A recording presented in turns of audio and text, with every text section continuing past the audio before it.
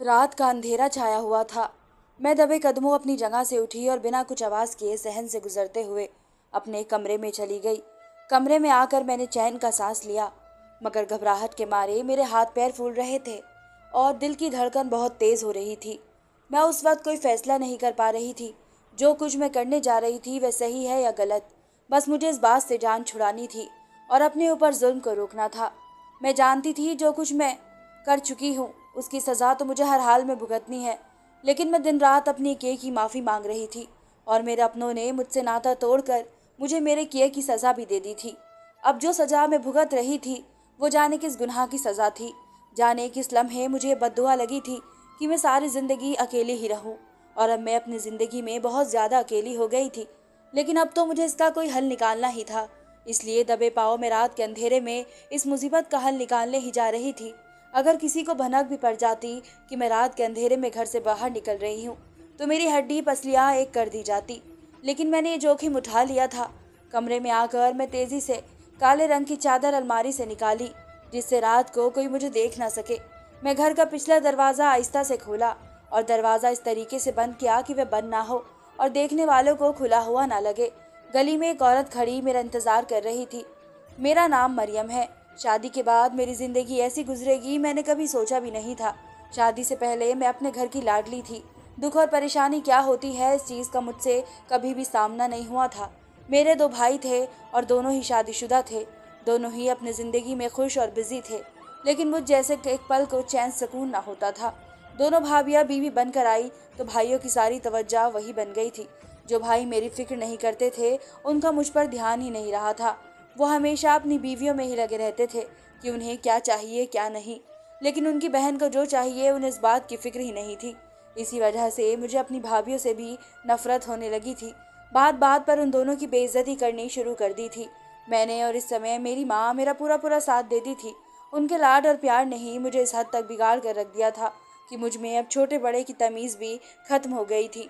जो मैं चाहती थी मैं वही करती थी और जो भी मुंह में आता सामने वाले को बोल दिया करती थी, और इस बात का ज़रा सा अंदाज़ा न करती थी कि सामने वालों की नज़रों में मेरी हैसियत क्या रह जाएगी। मैं तो बस अपनी माँ की शह पर दोनों भाभियों को उल्टा सीधी बातें सुना देती थी। दोनों भाभी अब मुझसे जलने लगी थी और इस घर से निकलने के लिए जतन करने लगी थी।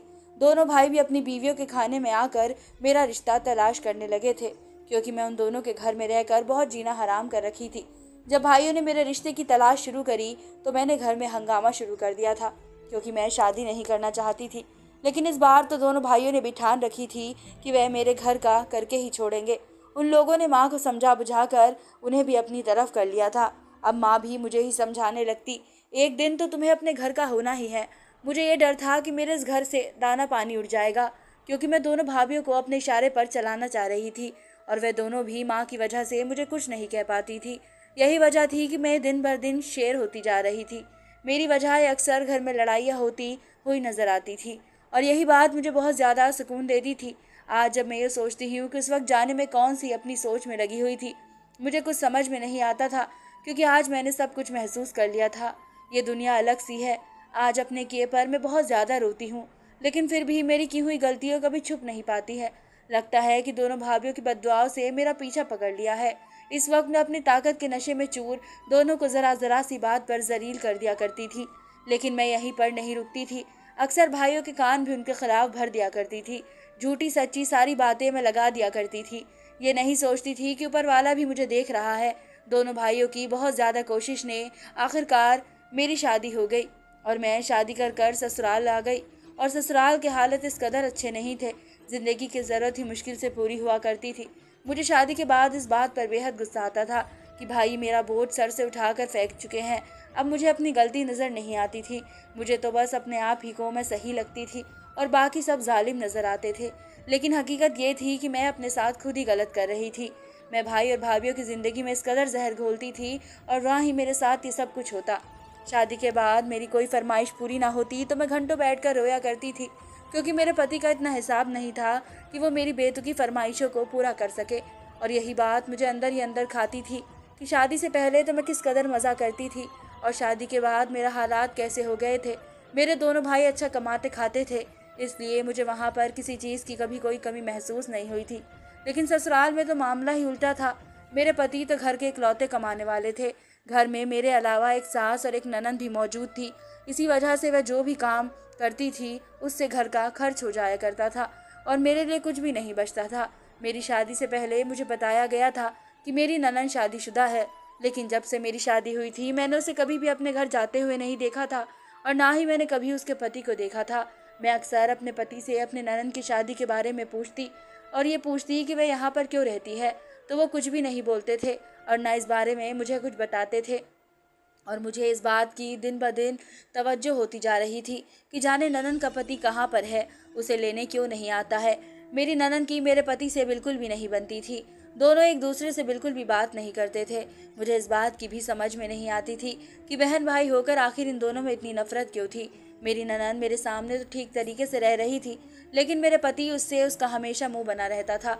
मेरे पति काफ़ी टाइम से बाहर के देश जाने की तवज्जो में लगे रहते थे और एक दिन वे खुशी खुशी घर पर आए और सबको ये खबर सुनाई कि उन्हें कतर में नौकरी मिल गई है और उनका वीज़ा भी आ गया है। यह सुनकर तो पूरे घर में खुशी की लहर दौड़ गई थी। मैं भी खुश थी कि चलो अब सुकून के कुछ पल हमारे घर पर नजर आएंगे और हालात भी अच्छे हो जाएंगे। कुछ वक्त के बाद पति नौकरी की वजह से कतर चले गए थे और पीछे मैं उनकी माँ और बहन के साथ तनहा रह गई थी। कुछ वक्त के बाद मैं अपने मायके जाने की ख्वाहिश जाहिर की तो सास ने मुझे बहुत खुशी से इजाज़त दे दी थी। जब मैं अपने भाई के घर पर आई थी, यहाँ पर एक कयामत मेरा इंतज़ार कर रही थी। दोनों भाइयों ने घर बेच दिया था और घर के पैसे से अपने लिए अपने अपने इलाकों में फ्लैट खरीद लिए थे। दोनों भाभियों ने मुझे देखते ही मुंह बना लिया था। भाइयों को सलाम किया तो वे भी मुझसे मुंह फेर लिए थे और उठकर चले गए। मैं समझ गई थी कि मैं जो कुछ यहाँ पर कर चुकी हूँ उसके बाद मेरे इस घर में कोई भी जगह नहीं है। मुझे उस लम्हे शिद्दत से अपनी गलतियों का एहसास हुआ और अपनी माँ पर गुस्सा भी आया। जब मैं अपनी भाभियों के साथ गलत कर रही थी तो वो मुझे क्यों नहीं रोकती थी, बल्कि इस मामले में मुझे और ज़्यादा शय देती थी। और आज वही भाभियाँ मेरी शक्ल देखना पसंद नहीं करती। भाइयों को लगा कि मैं उनसे अपने हिस्से का सवाल करूँगी। उन्होंने मुझसे मुंह बना लिया और मेरे देखते ही देखते हमारे घर के बंटवारे हो गए। जितने टाइम मैं अपनी माँ के घर रही एक अजनबी और एक मेहमान की हैसियत से रही थी। भाभियों ने मुझे पानी तक का नहीं पूछा था, बल्कि मैं उनसे कोई बात करने की कोशिश करती तो मुझे आगे से जवाब नहीं मिलता था। अब इस घर में मेरी वो इज्जत नहीं रही थी जो शादी से पहले हुआ करती थी। मुझे बिल्कुल दूध में से मक्खी की तरह निकाल कर फेंक दिया गया था। शायद मैं शादी से पहले जितना उन लोगों का जीना हराम कर चुकी थी, वो अब मेरी शक्ल भी देखना गवारा नहीं कर रहे थे और मुझे मुश्किल से ही अपने घर पर बर्दाश्त कर रहे थे। अब मेरी माँ भी दोनों अपनी बहू की साइड हो गई थी। मैं खामोशी से अपने घर का बदलता हुआ नक्शा देख रही थी, लेकिन कुछ भी बोल नहीं पा रही थी, क्योंकि अब मेरे हाथ में कुछ था ही नहीं। घर की सारी भाग दौड़ भाभियों के हाथ में आ चुकी थी। मैं दुखी दिल से वापस अपने ससुराल आ गई थी, क्योंकि वहाँ पर अब मेरी कोई जगह नहीं थी। हम लोग जिस घर में रहते थे वो घर किराए का था। मेरे पति के जाने के कुछ टाइम बाद मकान मालिक ने हमें घर खाली करने का हुक्म दिया था। मेरी सास ने दूसरा घर किराए पर तलाश करना शुरू कर दिया था। मकान मालिक ने हमें घर खाली करने के लिए बहुत ही कम टाइम दिया था और इस वक्त में दूसरा घर किराए पर ढूंढना बहुत ही मुश्किल था। कुछ दिनों के बाद एक घर किराए पर मिल गया और हम लोग उस घर में शिफ्ट हो गए थे। अभी पति को गए हुए थोड़ा वक्त ही हुआ था कि मेरी ननद ने अपना असल रूप दिखाना शुरू कर दिया था। अब मुझे बात बात पर रोकने टोकने लगी और कभी घर के काम करते हुए कुछ गलतियां हो जाती तो मुझे डांटती रहती थी। वह और मेरी सास अपनी बेटी को कुछ नहीं कहा करती थी। वो अक्सर मुझे ही बातें सुना दिया करती थी। ये सब कुछ मेरे लिए नया था। मैंने अपनी ज़िंदगी में कभी किसी की बात नहीं सुनी थी और अब मेरी ननद बिना वजह मुझसे छोटी छोटी बातों पर लड़ने लगती थी। मेरा अब कोई वजूद नहीं रहा था। भाभियाँ मुझे अपने घर में बिल्कुल भी बर्दाश्त नहीं कर रही थी और यहाँ ससुराल में पति भी मुल्क से बाहर था तो मेरे नाज नखरे उठाने वाला कोई नहीं था। मैं अपनी सास और नंद के रहमो करम पर थी। पूरे दिन मैं अकेली घर के काम में लगी रहती और मेरी सास और ननद पंखे के नीचे बैठकर आराम किया करती थी। अगर मैं अपने पति से कोई शिकायत कर दिया करती तो वह भी अपनी बहन और अपनी माँ का ही साथ दिया करते थे। अब तो मुझे वो खुल्लम खुल्ला डांटने लगी थी और मुझे ऐसा लगने लगा था कि वह अब तो मुझे तलाक दिलवा कर ही रहेगी और मुझे ये वजह समझ में नहीं आती थी। उसने मेरे दहेज के कई बर्तन मेरी आंखों के सामने लाकर तोड़ दिए थे। वो एक एक प्लेट ज़मीन पर गिराती जाती और मेरी तरफ मुस्कुराती हुई नज़रों से देखती जाती और मैं कुछ भी नहीं बोल पाती। अक्सर मैं सबके कपड़े धो रही होती थी तो सारे धुले हुए कपड़ों को लाकर ज़मीन पर गिरा दिया करती थी। फिर मुझे उन कपड़ों को दोबारा धोना पड़ता था। एक बार जब उसने मुझे अपने कपड़े प्रेस करने के लिए दिए तो उसका दुपट्टा गलती से मुझसे जल गया तो उसने इस वक्त इस प्रेस से मेरा हाथ जला दिया और सास के सामने आते ही मुकर गई कि उसने ऐसा कुछ नहीं किया है। उल्टा सास मुझे बातें सुनाने लगी कि मैं उनकी बेटी पर इल्ज़ाम लगा रही हूँ ये बात यहीं पर ख़त्म नहीं हुई। उसने मेरे पति को भी फ़ोन कर कर पता नहीं ऐसा क्या कहा कि वह भी मुझ पर उल्टा नाराज़ हो गए। हमें इस घर में शिफ्ट हुए 1 महीने का वक्त हो गया था। जब मालकिन मेरे घर पर आई, मेरी सास उनके सामने नहीं जाती थी, बल्कि नकाब कर लिया करती थी और ननंद भी कमरे में जाकर छुप जाया करती थी। फिर मकान मालकिन से मुझे ही बात करनी पड़ती थी। मैं अपनी सास और ननंद से यह अजीब रवैया देखकर हैरान हो जाती थी। आखिर वह दोनों मकान मालकिन के सामने क्यों नहीं आती है? लेकिन जैसा रवैया उन दोनों का मेरे साथ था, तो मैं उन्हें कुछ नहीं कहा करती थी, बस अपने कमरे में रोया करती थी। ये सोच सोच कर कि मुझे पछतावा होने लग जाता था कि आखिर मैंने अपनी भाभीियों के साथ भी तो ऐसा किया था, जो आज मैं इस वजह से भुगत रही थी। अब ननंद ने एक नया मुद्दा छेड़ा कि मैं उसके साथ सहन में ही सोया करूंगी, अपने कमरे में नहीं जाऊंगी। यह सुनकर मैं परेशान हो गई थी। अब रात का ही वक्त हुआ करता था जब मुझे अपने कमरे में आराम करने की इजाज़त मिल रही थी और वह मुझे छीना जा रहा था। सास ने भी मुझे हुक्म दे दिया था कि मैं ननंद के साथ ही सहन में सोया करती थी। मारती क्या ना करती, मुझे उनकी बात माननी पड़ी और मैं ननंद के साथ उसकी चारपाई पर सहन में सोने लगी थी।